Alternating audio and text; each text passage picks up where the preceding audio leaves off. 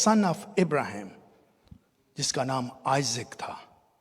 इब्राहिम से खुदा ने कहा तेरे बेटा होगा। सो ये लफ्ज सिर्फ मुकद्दसा मरियम को नहीं कहा गया कि तेरे बेटा होगा, उससे पहले और भी कुछ लोगों को कहा गया है कि तेरे बेटा होगा।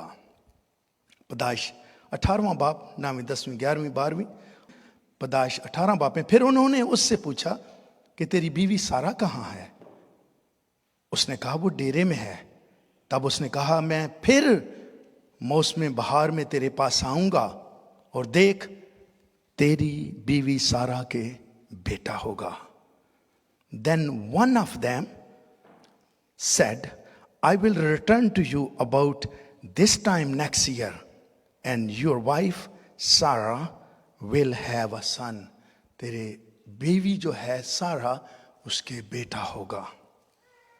और ना सिर्फ ये, जो पैदाइश 17 बाप में वादा किया था, और ये बेटा आइजक है, इसको सन ऑफ कवनेंट कहते हैं, वादे का फर्जंद।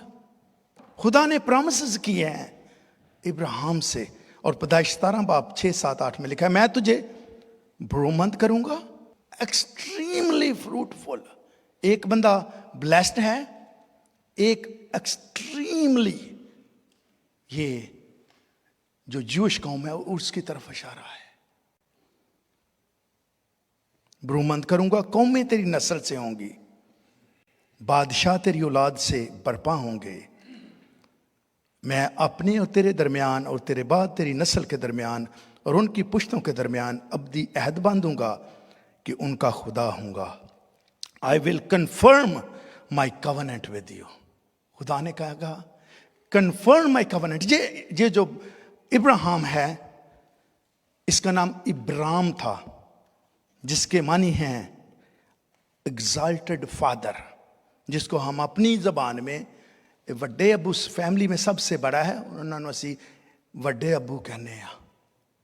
ये इसका नाम था इब्राम का, एग्जाल्टेड फादर। जो सारे जो भाई हैं उनके सारे बच्चे उसको बड़े अबू कहते हैं, लेकिन खुदा ने इसको चेंज करके इब्राहिम रख दिया, father of nation, father of many, father of multitude. तो पहला तेरे बेटा होगा, ये लफ्ज जो है ये इब्राहिम को कहा गया है। और लिखा है कि ये एक दिन इब्राहिम, गर्मी है, अपने दरवाजे पे बैठा हुआ है, इसने समर टाइम है, इसने देखा है कि 3 शख्स इसके सामने आ खड़े हुए हैं। जब ये 3 शख्स खड़े हुए हैं, इब्राहिम को जब बुलाया गया था उस वक्त उसकी उम्र ऑलरेडी 75 ईयर ओल्ड थी। लेकिन जब ये 3 खुदा के खादम, 3 मर्द खुदा उसके पास पहुंचते हैं, उस वक्त वो ऑलरेडी 99 ईयर ओल्ड था, एक कम 100 साल का, और उसकी बीवी जो है 89 ईयर ओल्ड, एक कम 90 साल की। लेकिन ये खादम जब उनके सामने आते हैं तो मेरे अजीजों, हो सकता है कि इब्राहिम ने 25 साल लगे हैं उसको ये बरकत पाने के लिए। हो सकता है उसने रिकग्नाइज नहीं किया कि अगर खुदा का खादम, जिसके साथ खुदा बोलता, जिसके साथ खुदा बातें करता, और जिसकी मौजूदगी में, जिसके आने से खुदा मेरे घर में आ जाता है। आज मैंने देखा है ये 3 शख्स मेरे साथ खड़े हुए हैं। जो ही इसने ये जान लिया है तो मेरे अजीजों, लिखा है कि ये दौड़ा हुआ उनको सजदा किया है, पहले नंबर पर। दूसरे नंबर पर उनके पांव धोए हैं। तीसरे नंबर पर उनको बिठाया है और कहा क्या है, चले ना जाना, आज तुम मेरे घर में आए हो। आज मुझे इस बात की, इस जो मिस्ट्री है उसकी समझ आई है कि खुदा के खादम अगर मेरे घर में आए हैं तो चले ना जाना। यह शख्स बूढ़ा है, दौड़ दौड़ कर सारे काम कर रहा है, दौड़ कर इन 3 मर्दों के पास गया है, दौड़ कर अपनी बीवी के पास गया है, दौड़ कर अपने गला में गया है, जवान को कहा है एक बछड़ा तैयार कर दे, वाइफ को कहा है फुलके बना दे। इस शख्स को चैन नहीं, क्योंकि इसके घर में खुदा के खादम आए हैं। लेकिन मेरे अजीजों, ये सारा कुछ तैयार करने के बाद इसने मक्खन लिया है, इसने दूध लिया है, इसने रोटियां तैयार की हैं, बछड़ा तैयार किया है, उनके सामने रखा है और लिखा है कि खुद खड़ा रहा। इसने उनके साथ जो होस्ट है खाना नहीं खाया। हमारे चर्च में बहुत खिदमत, बहुत रिस्पेक्ट खादमों की करते हैं, लेकिन मेरे जीजो अब एक्सपीरियंस फर्क है। लास्ट मंथ मुझे एक कैथोलिक फैमिली ने बुलाया कि हमारा बेटा 31 ईयर ओल्ड था, उसकी डेथ हो गई है, हमारे फादर जी किसी वजह से नहीं आ सकते, लेकिन हम घर में इबादत रखना चाहते हैं, आप हमारे घर में इबादत करवाएंगे? मैंने कहा जी श्योर, ज़रूर करवाऊंगा।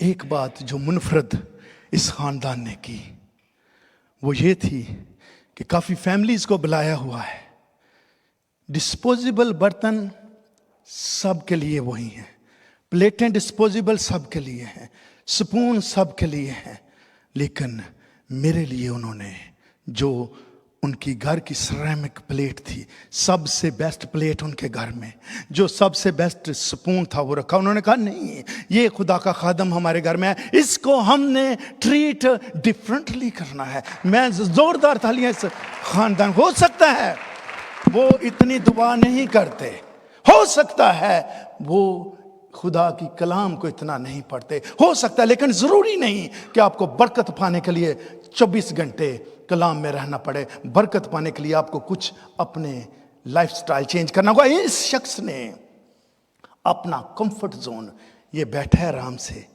चिल कर रहा था, लेकिन खुदा के खादमों को देखा है अपना कंफर्ट छोड़ दिया है।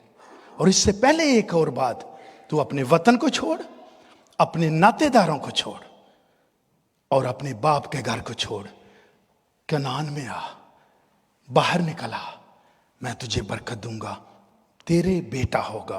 अगर खुदावंद की ये बरकत पाना चाहते हैं तो शायद जिंदगी में जरूरी नहीं कि ये दुआ ने बेटा दे देना है, आपने भी कुछ चेंज करना है। अगर कंफर्ट जोन में बैठे हुए हैं तो पहचानिएगा कि खुदा कौन है और कैसे अपने खादमों के वसीले बरकत देता है। और दूसरी, अपने उसने वतन को छोड़ा, उसने उस जगह को छोड़ा। इब्राहिम का बाप ना सिर्फ बुत प्रस्त था, बुत बेचता था, बुतों का बिजनेस था इसका, लेकिन इब्राहिम ने बुत प्रस्ती को छोड़कर जिंदा खुदा के पीछे हो लिया और कहा तेरी नस्ल से एक ऐसा सुरमा पैदा करूंगा जिसका नाम आइजक है, और तेरी औलाद आसमान के सितारों, जमीन के रेत के जर्रों की मानद होगी, तुझे कौमों पर दस्तरस होगी, कौमें तेरी मती होंगी, तुझे बरकत दूंगा, तेरा नाम सरफराज करूंगा और तू बाइसे बरकत होगा। मीन तेरे वसीला से बहुत से लोग बरकत पाएंगे। समटाइम हम समझते हैं कि ये ना मेरी जेब में है, आई एम ब्लेस्ड, किसी और के लिए कुछ नहीं करना। आप ब्लेस्ड नहीं है, ये मटेरियल है। ब्लेस कौन है? ब्लेस वो शख्स है जिसके वसीले से और लोग भी ब्लेस होते हैं। जोरदार तालियां इस बात के लिए। तो ये इब्राहिम ने किया।